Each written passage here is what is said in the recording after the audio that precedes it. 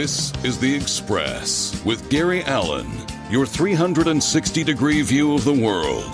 Now, here's your host, Gary Allen.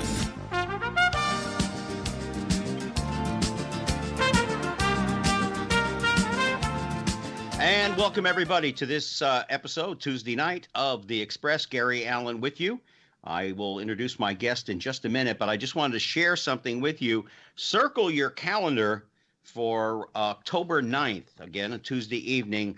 I will have Loretta Swit on, or Hot Lips Hooligan from MASH, along with some other people that will be joining us in the not-too-distant future. I'm working on an awful lot of wonderful guests coming up. The guest that I have tonight, and by the way, thank you all very much for joining us here on The Express. I know you could be watching the NBA semifinals in the East. Hopefully my Celtics will pull it out, but who knows what's happening. My guest this evening was supposed to be with us on two previous occasions, but unfortunately something came up on our end, and she was gracious enough to say, "Don't worry about it, Gary. I'll come on. Don't worry about it."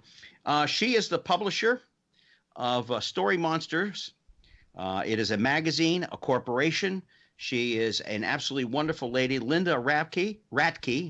She's the president and publisher of Story Monsters LLC. She's as well as the publisher. She's been in the business for well over 30 years. She's a leader in creativity, innovation, and customer service.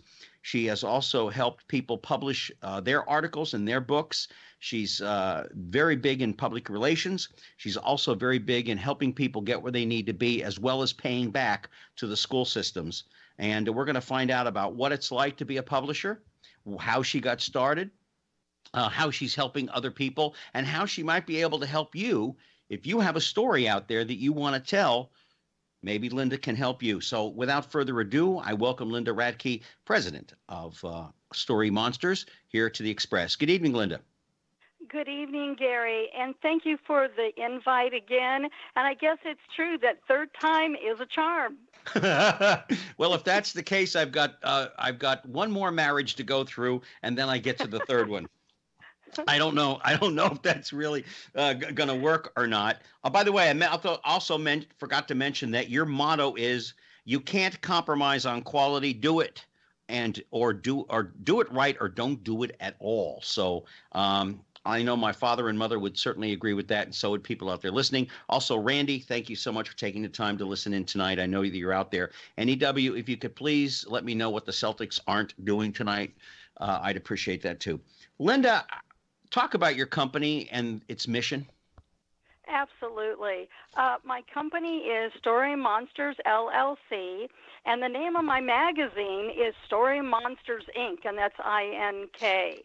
I started in the world of publishing back in 1985. I started first by actually doing my own books, and through trial and errors, I discovered what worked and what didn't, and I thought maybe there are other folks out there that are maybe stumbling along the way and not sure what to do in terms of marketing or promoting their book. So through Five Star Publications, I created a division called Publisher Support Services. Well, about 3 or 4 years ago, I transitioned from Five Star Publications to Story Monsters LLC. We still help folks produce, promote, and market their book, but we have gone from traditional publishing to partnership publishing to help folks, as you said with my motto, do it right with self-publishing, or my advice is truly not to do it at all, because you truly have one first impression. And we do try to help people save and cut corners, but cutting the wrong corners can ultimately cost you distribution, it could cost you sales, and it could cause you to not receive any publicity or, God forbid, bad publicity. Right. And, you know, the thing about the publishing business in the last 25, 30 years or even longer, I had an aunt, God rest her soul, my aunt Betty. She was with Simon & Schuster. She was an editor. As a matter of fact, her office for many, many years was right next door to Jacqueline Kennedy's office. So I got to see Mrs. Kennedy an awful lot when I would go visit my aunt. And she introduced me to books when I was a child, and she got me interested in books. But the publishing business, being what it is, has forced people to become self-published people, or to find people such as yourself to help them publish, because unless you're a big name, you're not going to be heard by anybody. You know, it goes without saying, you know, if you're Tom Brokaw, you're going to get heard by publishers about producing a book. And now if it's a lousy book, they're not going to go far with you. But if you're Joe Schmo Gary Allen, chances are nobody's going to pay any attention to you unless some editor picks it up and reads it and goes, oh my God, this is great. So what you do is vital to our communities and vital to the school system and vital to those authors who have something to say. And I want you to comment on that, as well as, do people come to you and say, oh, I have a story? They give you that brief outline and you realize, no, there really isn't much here. It's just kind of a pipe dream. It's like everybody wanting to be on American Idol in the publishing world. I mean, how do you base who you help and who you don't help, and talk about the fact that self-publishers have to do that now because of the business? Well, first off, I'd like to comment a little bit about when you talk about if you don't have a known name. Do you know what I've seen changing over the last 35 or 32 years? I am now having known name, respectable authors published by the big presses choosing to do self-publishing or partnership publishing. Really? They're doing it for, yes, they're doing it for hopefully maintaining quality and having control. And when we help someone with their book, Gary, with self-publishing, they own 100% of all rights. But, you know, we get, you name it, and I've been pitched it for a possible book idea. And everyone thinks that their book is going to be the next bestseller. Yeah. But the challenge is, Gary, is they don't listen to experience. They might be an expert in their field, but publishing and or marketing is not their expertise. And so when they come to someone like, in my case, Story Monsters, LLC, and they seek advice, the first thing we want to do, the first thing is do an evaluation of the manuscript. And with that evaluation, we're going to be painfully but diplomatically honest with them. The evaluation could easily be 10 or more pages long. The editor is going to go over strengths and weaknesses, make suggestions on where the author can make changes, providing, of course, that the author agrees with the majority of changes. But the beauty of it is the ownership lies within the hands of the author, but also that they're willing to listen to experience. Because if they're not, they might as well go to a print shop and say, here's my manuscript, print it for me. Yeah. Do you find sometimes you have turned away someone and then they went on their own, or after a period of time they went, wait a minute, maybe I should have listened, and they've come back to you and say, forgive me, but I've learned my lesson. I need to listen to you to get this out there because my heart and my soul is into this? You better believe it, all of the above. And I'll give you an example. I had a mother who happened to be a well-known publicist, and she contacted me because she wanted to have her daughter's book published. We did the evaluation. We, gave her a plan that she really liked, and she hired us. Well, before we really got going, she says, Linda, I really want to work with you, but I've made a different decision. And my response to her was, no problem. You need to do that. But if ever, for any reason, you want to come back, my door always remains open to you. And fast forward 3 or 4 months, she did call me, and she says, Linda, I knew in my heart I should have stayed with Linda Radke, but I didn't. Will you ever forgive me and take me back? I said, with open arms. Yeah. And these things do happen. I'll give you one other example. I had an author who worked with a very professional artist. She had a children's book.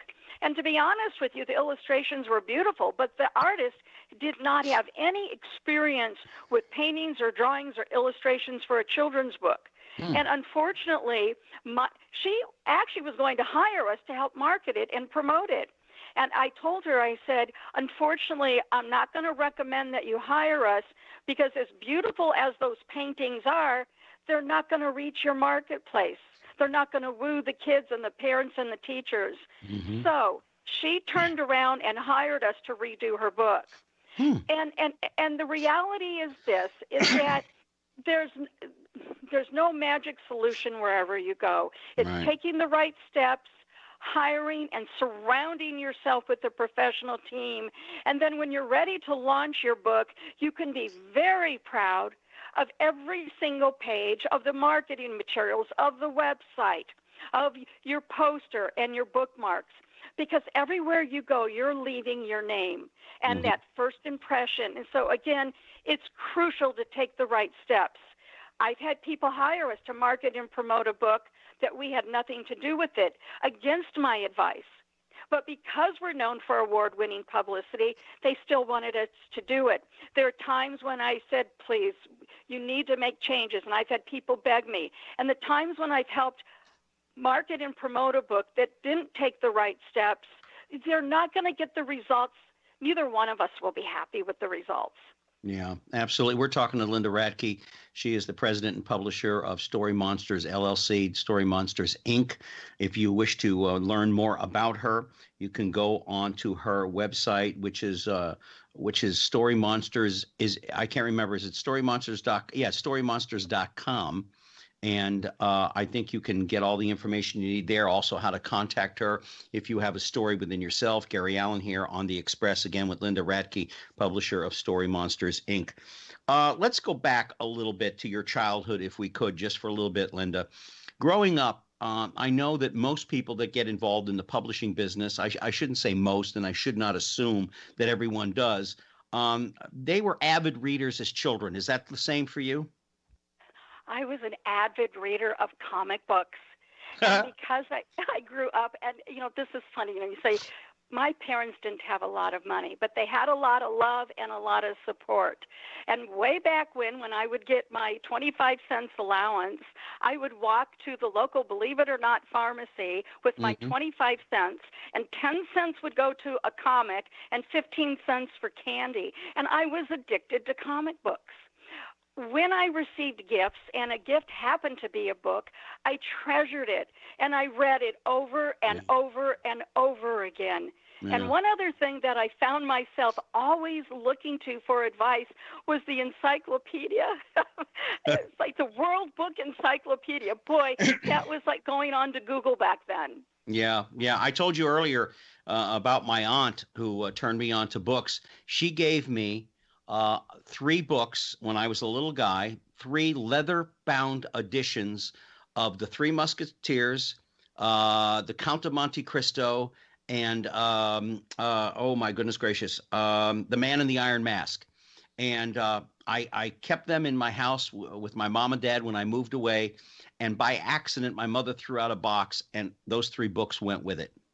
Oh. And I have never been able to find anything even close to it. Those are 3 of my favorite stories. I think I've seen every movie about the Three Musketeers, the Count of Monte Cristo, as well as the Man Behind the Iron Mask. I've seen all of that stuff. What was your favorite story growing up as a child? Well, when you talk about classics, I remember getting a gift from my Aunt Sylvia and my Uncle Art. And there I had a book about butterflies and a book about trees. And I didn't have a lot of other books, but I treasured those books. They meant a lot to me, and I kept going back to those books. And then, of course, when I was in school, then I would move onward and upward. But believe it or not, the comic books and the books about trees and butterflies, those were my friends. Yeah. Were you an only child?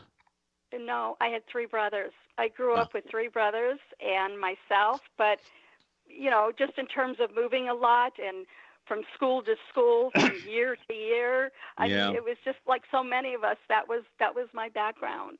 Yeah, I grew up kind of in a poor area of the world, Wilkes-Barre, Pennsylvania. I lived there for a number of years with my aunt and uncle. They were brother and sister, and all of us kids were spread about relatives and stuff. And books were my companion, as well as building plastic model airplanes. That was also another one of my companions in life growing up. But I know what it's like to move around a little bit, and it suddenly things that most people take for granted become your bosom buddies. But so I kind of I get that. You kind of got into this business though, kind of in a strange way. You were trying to get something done for were you not a school teacher or a part of the school board or something? Yes, I was a school teacher for a few years. My degree was in special education, K through 12. After teaching a few years, I ended up starting a household employment agency, believe it or not. And I ran that agency. I was a pioneer at the time when the nanny industry was just starting. And I started a household employment agency where I placed nannies, maids, housekeepers, live-in help, you name it, for household care. And I did the screening. I did the initial interviewing and the placement. Well, in that process, I screened over 5,000 candidates. I would say I placed over 1,000. And I created a process that a person had a better chance of that person staying with them. And so I wrote my first publication. I wrote a domestic screening kit, and I included the steps taken to hire. Mm-hmm. And I also had the forms in there that I used for interviewing. And what happened was when I put this domestic screening kit together, I contacted several publicists saying, will you please help me market and promote this domestic screening kit? And they said, Linda, we'd love to help you. Now, keep in mind, this was back in the 80s. They said, but we know nothing about promoting a book or a product like that. So there I was running my agency, and through trial and a few errors, I discovered the power of publicity. And it was amazing because I was interviewed about my business, about my domestic screening kit, and a lot of members of the media who interviewed me said, Linda, aren't you afraid you're giving away your company secrets? And aren't you afraid that they're not going to hire your agency when they need household help? I said, I think it's going to be just the opposite. I think they're going to find what a good job we do, doing it right. There we go back to doing it right. And that at some point along the way, you're going to feel frustrated. You're going to want to turn that job over to me. And not only did I get phenomenal publicity for my domestic screening kit, but people contacted me to hire the agency to hire household help. So that's how, ironically, I got started in publishing. And go ahead. Then I was in a position where people were contacting me all the time that needed household help, whether it was senior care or child care, but they could not afford my agency fee. And I felt bad. I wanted to help them. So I came up with the idea to do a directory of child and senior care services.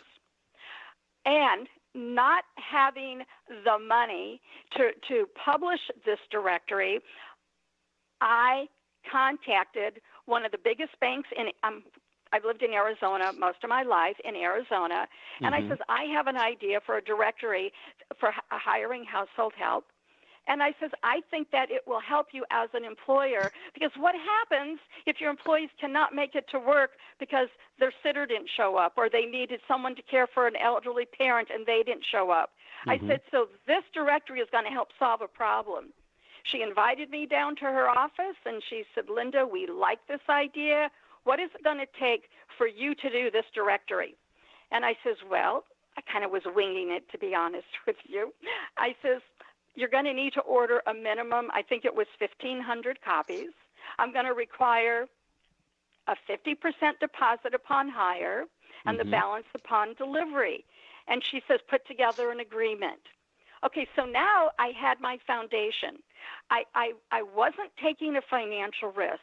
So then I put together this very simple letter, and I received a list from the local Chamber of Commerce of like the top 100 companies in Arizona, and I indicated that I was going to be publishing this options directory of child and senior care services. And I just wanted to know how many that I should print. So I said, here's an order form. You do not need to put any money, but just let me know how many you might like. Well, the orders started, and I'm not exaggerating, pouring in. People couldn't wait. They wanted to know when my directory was going to be available, and they were ordering 6 copies and 10 copies. And the Mayo Clinic, which was just opening its doors in Scottsdale, Arizona at that time, invited me in for a tour, and they ordered 70 copies. So my life as a publisher and a marketer was just beginning.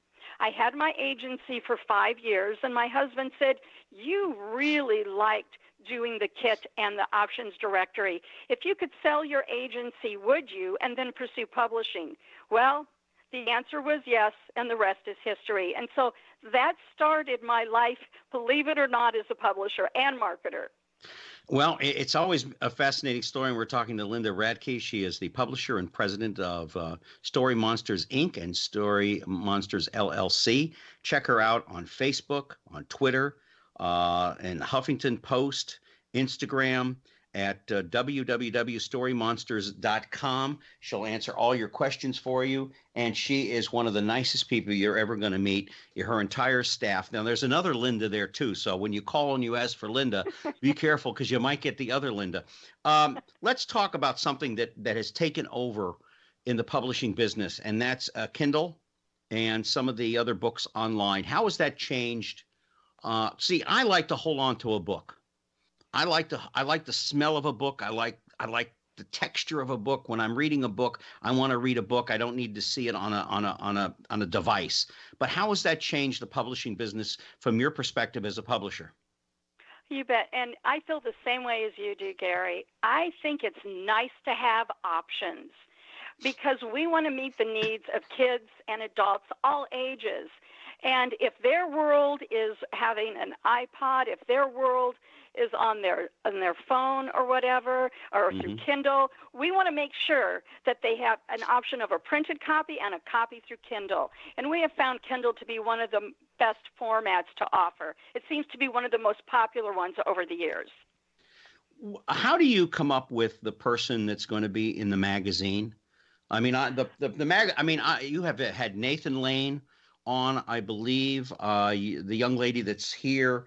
She works for Fox News. The cover that I have is Ashley Earnhardt. I don't know. Yeah, she's the morning host on the Fox and whatever you call it. I don't watch the network, so it's hard for me to know one way or the other. But how do you pick who is going to be on the cover, and how does it relate to what you're doing that month in the publication?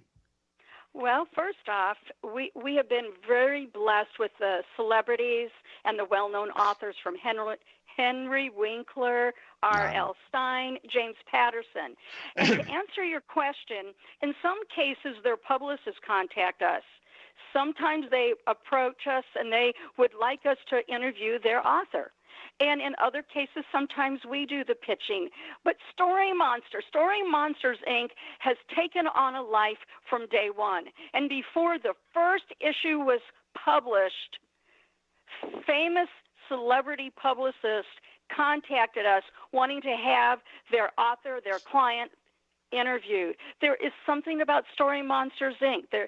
Story Monsters, Inc. supports literacy, the love of literacy. And every single famous person who's been on the cover has one thing in common, and that's literacy, and about supporting kids of all ages and encouraging them, because everyone has a story to tell. And their story is how reading has encouraged them, inspired them, and they didn't all start at the top. And so this is their way of giving back. And the thing that I just absolutely appreciate is when we had James Patterson and he was interviewed on the cover, when he had a new book coming out, guess what? He wanted to be interviewed again in our magazine. Do you know what an honor that was? Yeah. I mean, it's just amazing. And from celebrities to athletes to musicians, the new issue, the digital issue, is coming out tomorrow. And what we're doing is we're remembering Mr. Rogers. Oh, yeah. Yeah.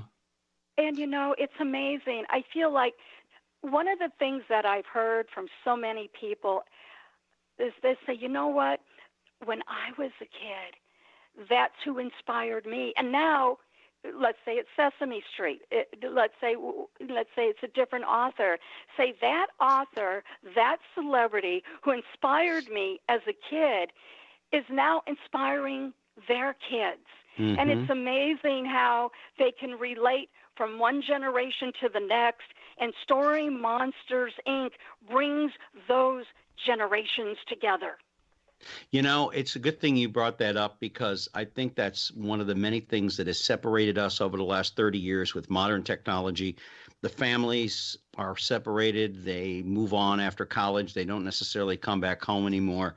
And the family unit has been kind of separated off. But it sounds like you've seen in the stuff we're going to get to with the schools that you deal with, you're trying to bring that whole thing back. And by the way, you had a buddy of mine on your cover not long ago, I guess. I don't remember exactly when. Elmo was on your cover.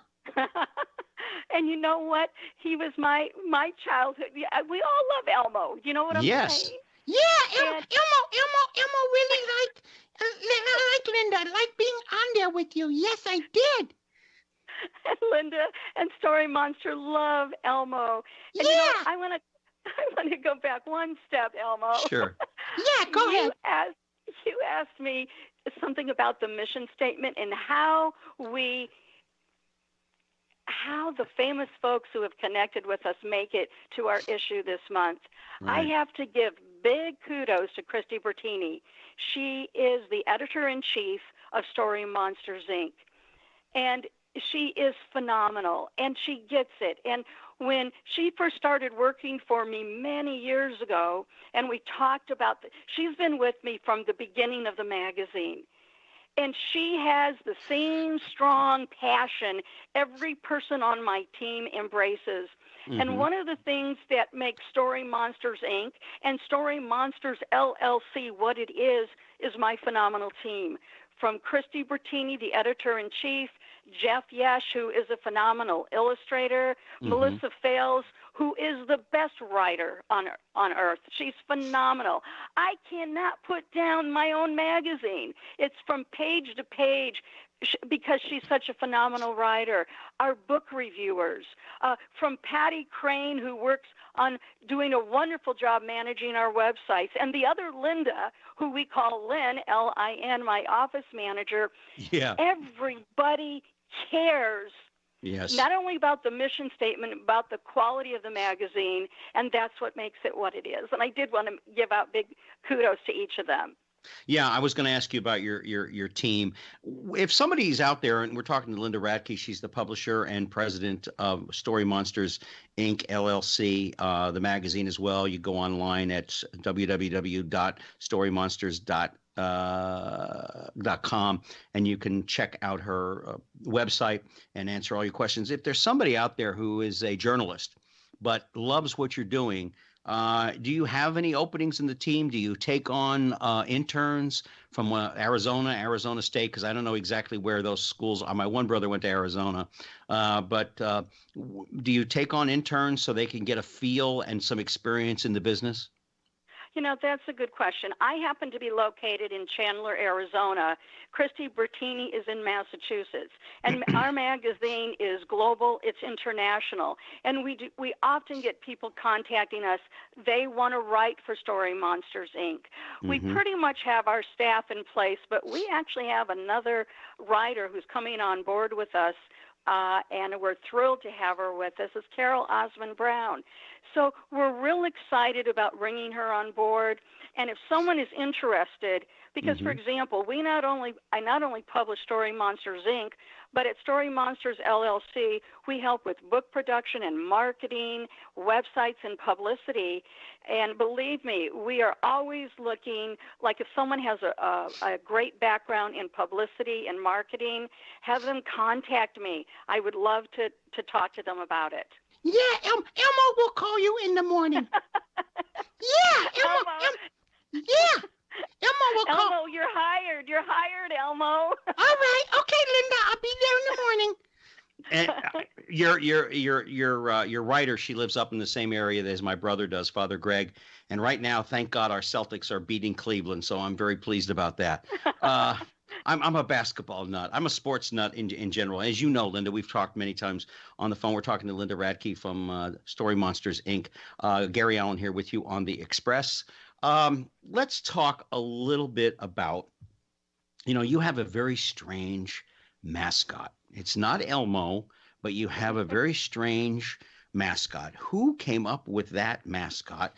And the colors, because I have had it on the website promoting the show, and a few of my friends said, "What do you call that?" I said, "I don't know. I don't know. I wasn't born smart. I don't know." But I said, "But I will ask Linda when she's on the show."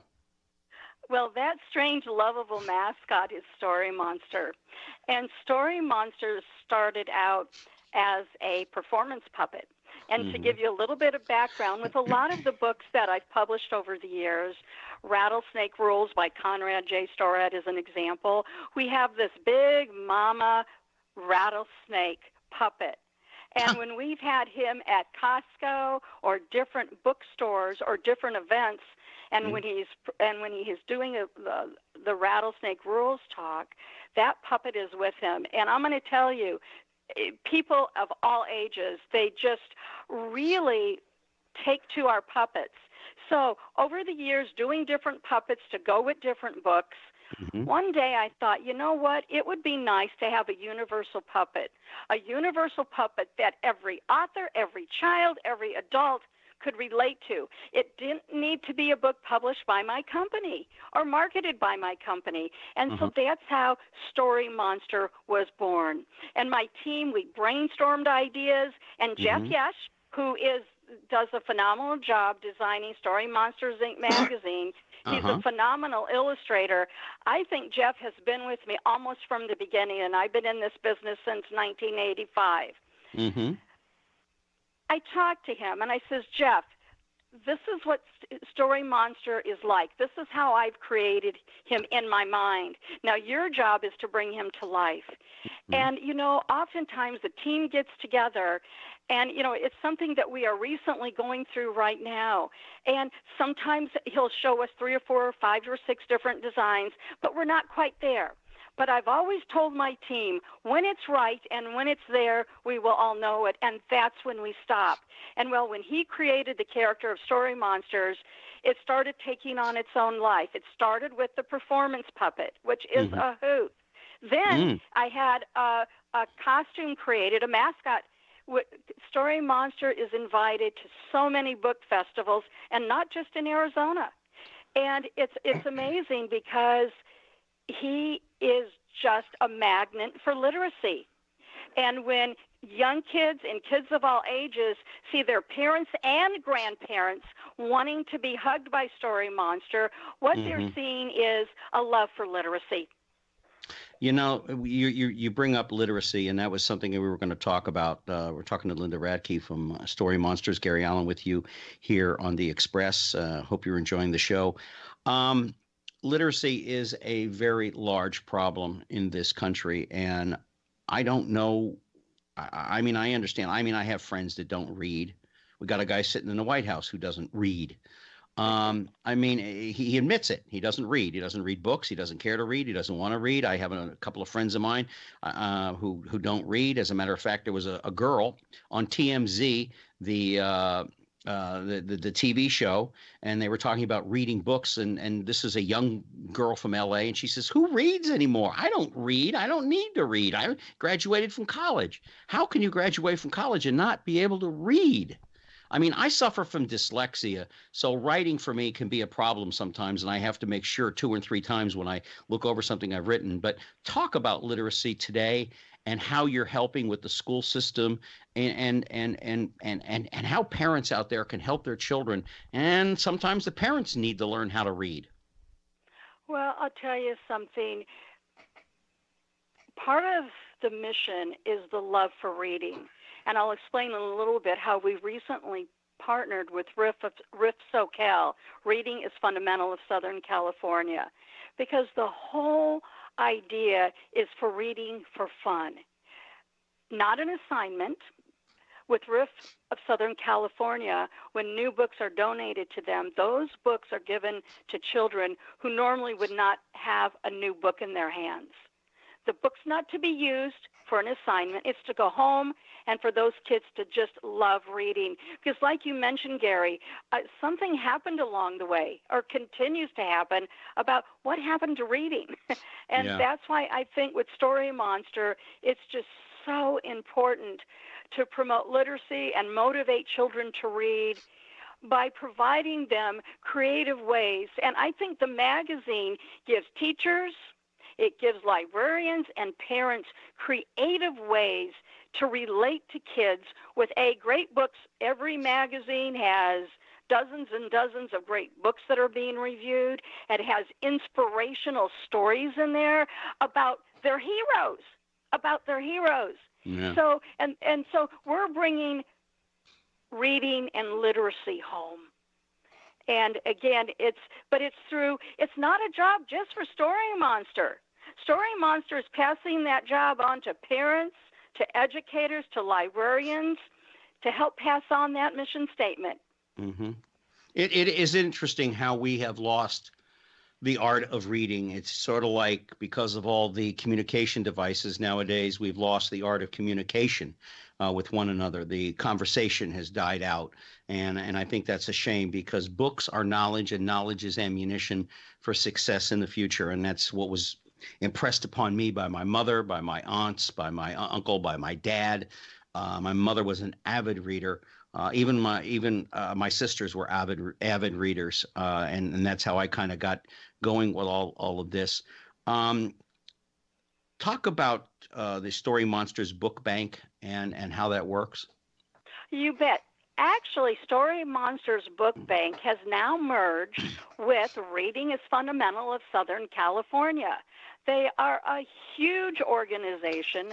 They're located in Los Angeles, in Orange County, to read for fun. And together we are getting that message out. And even if somebody donates something as simple as $10, it will be put to good use, because it will provide a child a free book. And it's just a small gift that can make such a big difference. So if anyone is interested in knowing more about that, they can contact me, and I will pass along the information to the great folks of RIF of Southern California. How often do you make visits to schools and to libraries in, say, a month's time? Well, it's our Story Monster ambassadors who are out there making the visits. Yes, there are times that our Story Monster mascot is invited, like he's invited to the Payson Book Festival. He was at the Tempe Book Festival. He was at the Children's Museum of Phoenix. And most recently, he's being invited to Grub Steak Restaurant in Gilbert, Arizona, to help promote literacy. But it's authors out there who are Story Monsters approved authors who are taking the message and the mission, and they actually have, some of them have Story Monster reading buddies, little plush reading buddies, because if you can't take the big guy home with you, you've got a little plush reading buddy, Story Monster reading buddy, to encourage reading when they're home or wherever they go. Do you encourage children to write as well? Absolutely. As a former educator, I started a program called Kids Can Publish many years ago, along with one of my associates. And now that has been merged into with student writers. And we need and we want student writers. If you go to storymonsters.com, and on the website there's an area where you can read about student writers. Mm-hmm. A student can submit information with parent or guardian permission, and any article that is published in Story Monsters Inc. magazine, they will earn $15. So they're going to see that there's a value in writing, that it could be a future job for them. And it's not just writing. Maybe they like to draw. Maybe they like to paint. Maybe poetry is their thing. But we just want them to express themselves. And I'm going to go back to, we want the educators, the librarians, the parents, the homeschool educators to encourage their students, their children, to submit their books, to submit their works to Story Monsters, Inc.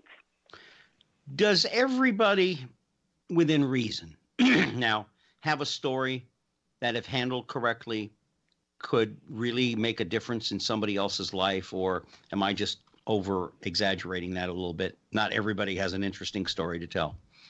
I think everyone has a story to tell, and I think to them it's interesting.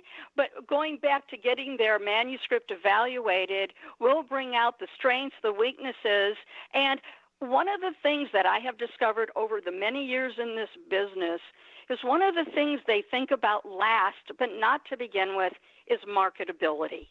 Is there a market for your book?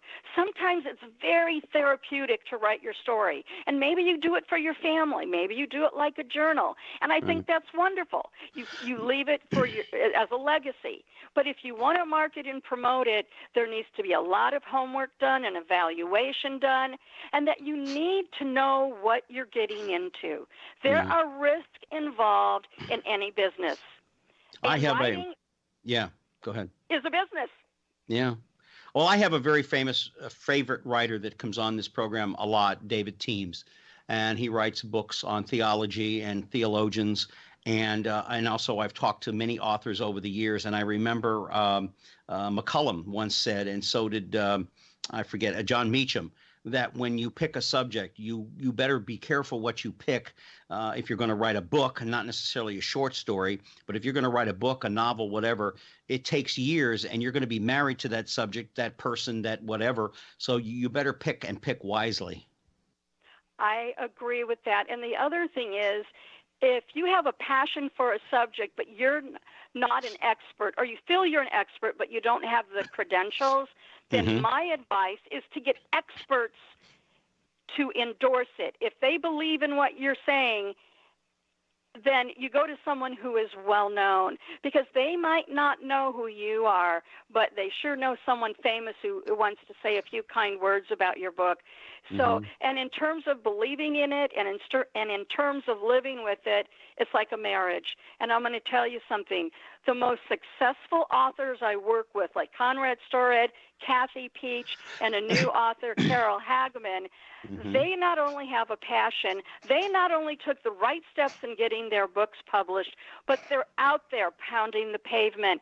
It's not going to happen on its own. And I kind of jokingly say, you know, don't ask your publisher what they can do for you, but ask what you can do for your publisher. Thank you, Mr. Kennedy.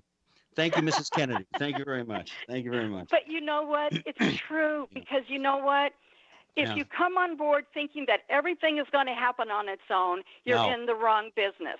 No, you don't. Even in radio, you may be with a radio station, but you got to self-promote yourself like crazy. Linda Radke is joining us here on The Express. She's the publisher and president of Story Monsters, LLC, and publisher of Story Monsters, Inc., a wonderful magazine for children out there. Talk about if you're writing a book, short story, whatever, and it's about children. Talk about the ABCs. If someone out there says, I mean, because I thought I had a book once about my cat. Furball does this, Furball goes to the dentist, Furball goes to the vet, Furball does this. But talk about the ABCs that one needs to take into thought when they're thinking about writing a book for children. Excellent question. And I think one of the things they don't think about is sometimes a person has a wonderful idea for a book for children, wonderful idea, but it's not the type of book that is going to be accepted in the public schools or private schools.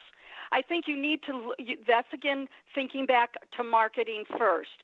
If you want to have a shot at getting your book in the school system, you need to find out what's required reading and maybe what could supplement required reading. And I'll give you an example.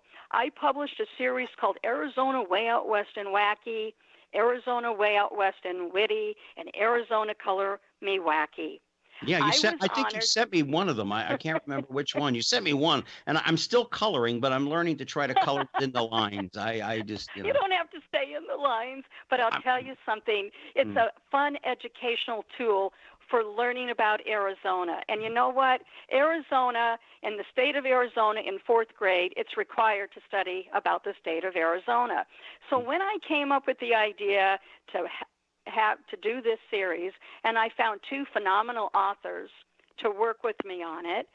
You know what? Arizona Way Out West in Whitty was selected by One Book Arizona for Kids 2012, and boy, did it give that book wings.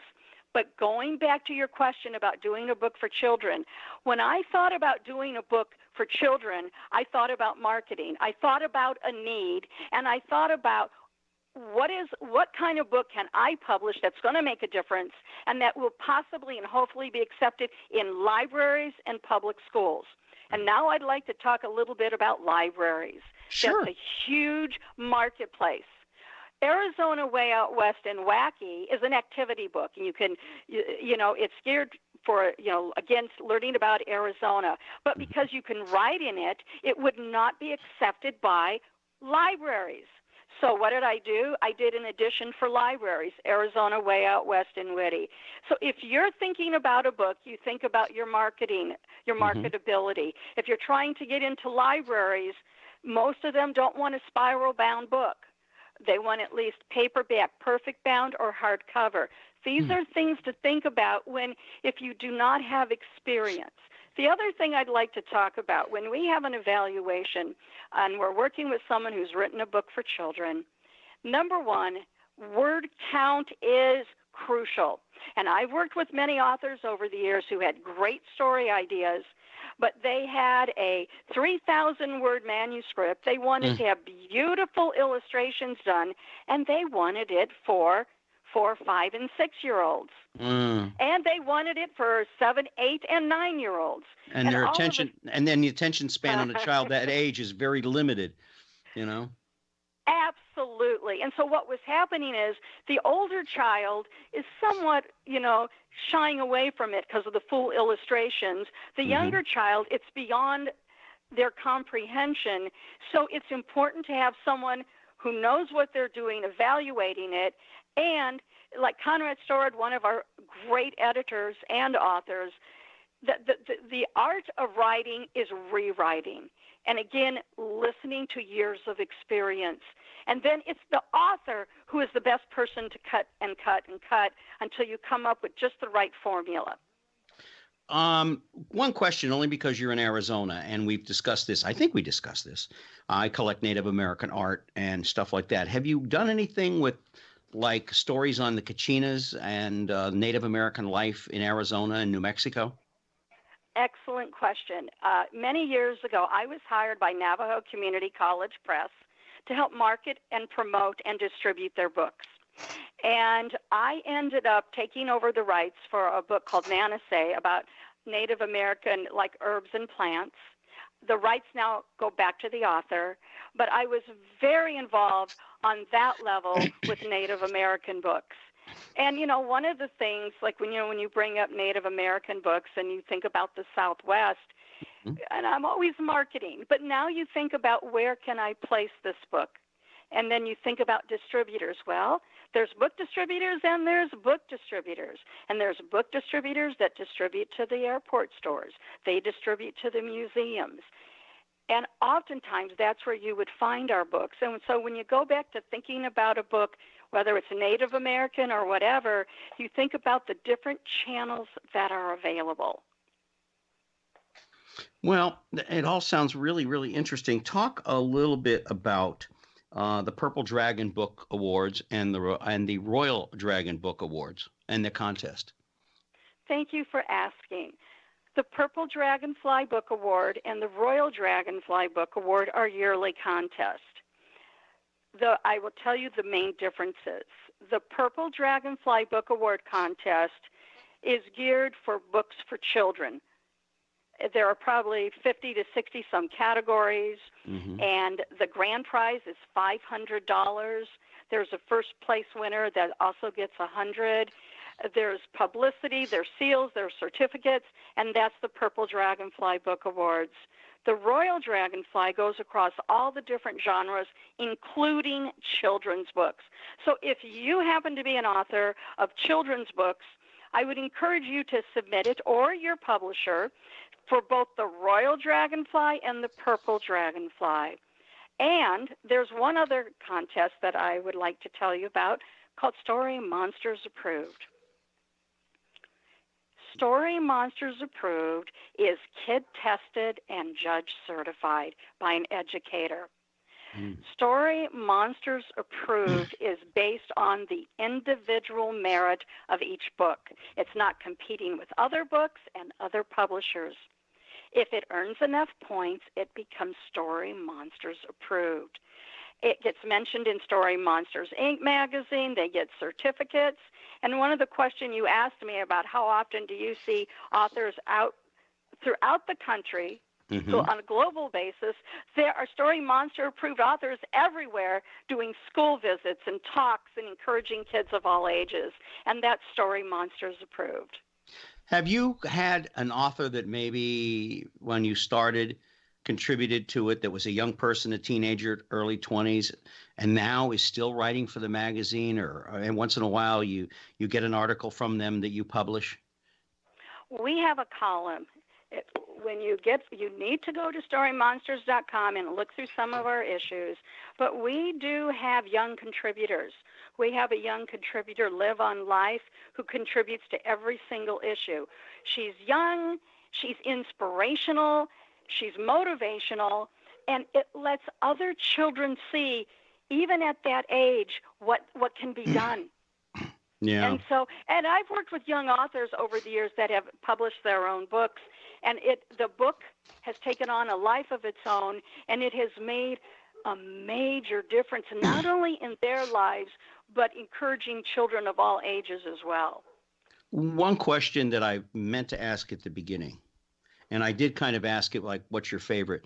But if we were to go to Linda Radke's house now, besides magazines all over the place, what book is on your nightstand that you read now for your own pleasure? What types of books do you read for your own pleasure? I think you'll find me now reading a book by Danielle Steele. It's a great escape mechanism. Yes, yes. And I'll tell you something. There are I'm also starting to reread a book by Brian Weiss. But you know what? I'll tell you something. It inspires me, and I love it when somebody's having their manuscript evaluated while I have editors who read it and do the evaluation. It's just awesome reading what some of the new up-and-coming authors are writing about. Where are they going nowadays? Is it urban? Is it rural? Is it science fiction? I mean, where are these young folks getting their thoughts, their ideas? Are they taking it from their life? Are they taking it from what they see around? I mean, where are the young stories coming from? You know, that's a good question, and I think it's across the board. And I think part of what you said is universal. I think a formula sometimes in so many books stems from something that happened to them in their life. And it kind of is one of, like, maybe whatever they went through and they survived it, now they're writing about it, and then it's hopefully going to help others get through certain challenges in their life. Yeah, I think it's very important for people who have grown up with a hard life, a difficult life, to impress upon young people that if I can do it, and believe me, if Gary can do it, trust me, I was like near the end of the line as far as all the kids in my family were concerned. But it's funny, they didn't discover my dyslexia until I went to college. Would you believe it wasn't until I went to college that they discovered I had dyslexia, mostly for math, but a little bit of reading, and it kind of screws around with my spelling. Jay Leno and I have often said to each other, which one of us can spell better than the other? I said, I don't know. I have trouble with cats some days. So, it's like, and that's another thing too. I want to impress upon people while we're talking about literacy and everything. Don't let something like dyslexia set you back. And Linda will, I will agree. I hope will agree with me. Don't let things like that, because you can go places and they'll teach you how to overcome that. And there's no reason to hold back. Stephen J. Canale, who produced so many not sitcoms, but situation shows during the 60s, 70s, and 80s, like the Rockford Files and everything. He couldn't spell anything. He had a secretary with him for 25 years. Finally, she understood what he was doing. But don't let anything stop you. I mean, and reading is so vitally important just for communication purposes. It's so vital. I wish I had started to learn how to read younger than I did. But, I mean, Yeah, whatever. Linda, we've only got just a little bit, about 4 or 5 minutes left in the program. Talk about real quick, and then we'll sum this up. Somebody comes to you, they want to publish. What can you do for them, and what are the costs involved? Well, first off, an evaluation is crucial in my opinion. If you're coming to us at the beginning, that's the best time. So we've helped people all along the way. An evaluation, depending on the number of pages in the manuscript, probably ranges from $400 to $600. If we're hired to go beyond the evaluation and into offering, whether it's a bronze, a silver, a gold plan for production and for marketing, it could range anywhere realistically from $7,500 on up. It's going to depend, are we doing illustrations? Are we doing a website? Are we doing any marketing? But that's a realistic price to go along with it. And the truth is, you can always find someone to do it for less, but no one better than Story Monsters LLC. Yeah, I can imagine. I wish I really did have a story within me. I mean, I did think about coming up with some children's books on my cat, Furball. But everybody in the world keeps telling me, oh, no, there's enough books about cats and dogs for children. We don't need another one, in the world, and I wouldn't even know how to begin one or to do. But if someone were to contact you, and we're talking to Linda Radke, who is the publisher and president of Story Monsters, Inc. and Story Monsters, LLC, if they wanted to get a hold of you through storymonsters.com and talk to you about how to begin the process, could they do that? Absolutely. And if they visit storymonsters.com, there's actually a place on the website where they can email me, fill out a form. They can call me. They can email me at Linda, Linda, at storymonsters.com. And just going back briefly on something that you said that's so crucial, if your strength is not in writing, but you have a story to tell, that's the value of a great editor. Don't let that get in your way. Select a great team. In about a minute and a half we have left, what has Linda Radke learned about herself through this last 35 years of this process and with Story Monsters? Never give up. And if you have a passion, surround yourself with a phenomenal team, and remember one word: believe. Yeah. And also, if you're going to do it, don't compromise and do it right the first time. Yes. And don't, and you know what? Also, too, don't let people talk you out of your dream. If your dream is to write and you really believe you have the ability to do it, don't let people talk you out of it, because they will, because they don't have within themselves, and people are real easy to do that. And find out. The worst that's going to happen is you're going to be right where you started from, and maybe the story, or maybe you don't have the ability to write. If I listened to all my friends who told me I couldn't do things, I would have never accomplished anything in my life. And I live by a motto that was given to me by Johnny Unitas. Actually, it was given to a lot of people, and it is, if you take no the first time, you'll never get anything done in your life. So don't let the doors that slam in your face turn you away, because most great people have had doors slammed in their face all the time. I mean, who was it? The guy that started Kentucky Fried Chicken was 75 or almost 80 before it became successful? Wow. And one other thing, that listen to your gut. Yeah. Listen to your gut, follow your dream, and believe. Linda Radke, I want to thank you so much for joining us here on The Express. Linda is the publisher and president of Story Monsters, Inc., LLC, and storymonsters.com. Go in there, check it out. If you have a book within yourself, contact her. She's a wonderful lady, and her Story Monster mascot with the beautiful four blue eyes is a real hit with everybody. And I want to thank you, Linda, so much for joining us. You are welcome, and thank you for the invitation. You're more than welcome. And I just want to say thank you to all of you out there for joining us here on The Express. Go to my website, Gary Allen, ALAN, talkshow.com. It'll tell you where to get a hold of all the podcasts, where this is going. Thursday night at 7 p.m., this program repeats itself on our sister station, diversitybroadcastnetwork.com. Then it will go to Progressive Voices, TMV Cafe. Go to our archives on the website. And, EW, thank you so much back there in the home ground territory of San Antonio. And thank you all very much for joining us. Until next time, Take care of yourselves and each other. You've been listening to The Express with Gary Allen. Join us here every Tuesday night at 10 for more captivating talk with Gary Allen. See you next time on The Express.